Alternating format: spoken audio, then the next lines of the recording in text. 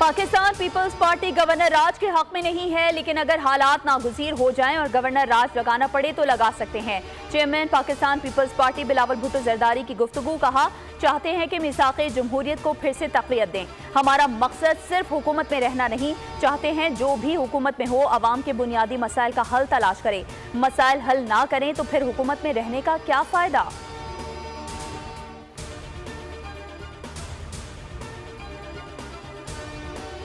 और पीटीआई को फोबिया हो गया है कि समझ नहीं आ रही उनकी क्या पॉलिसी है। पीटीआई ने हमेशा सहाफ़ियों को निशाना बनाया, उन पर हमले किए, उनके खिलाफ सोशल मीडिया पर मुहिम चलाई। वफाकी वज़ीर इत्तलात अताउल्लाह तारड़ की खुसूसी गुफ्तगू। कहा, पीटीआई के दौर में इख्तिलाफ़े राय करना, अपने नज़रियात रखना, किसी जमात के नज़रिए से इख्तिलाफ करना जुर्म बन चुका था।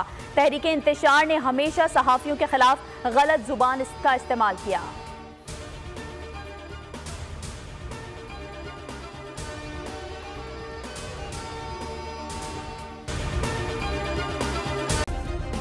सब्सक्राइब करें और बेल दबाएं ताकि कोई खबर रह न जाए।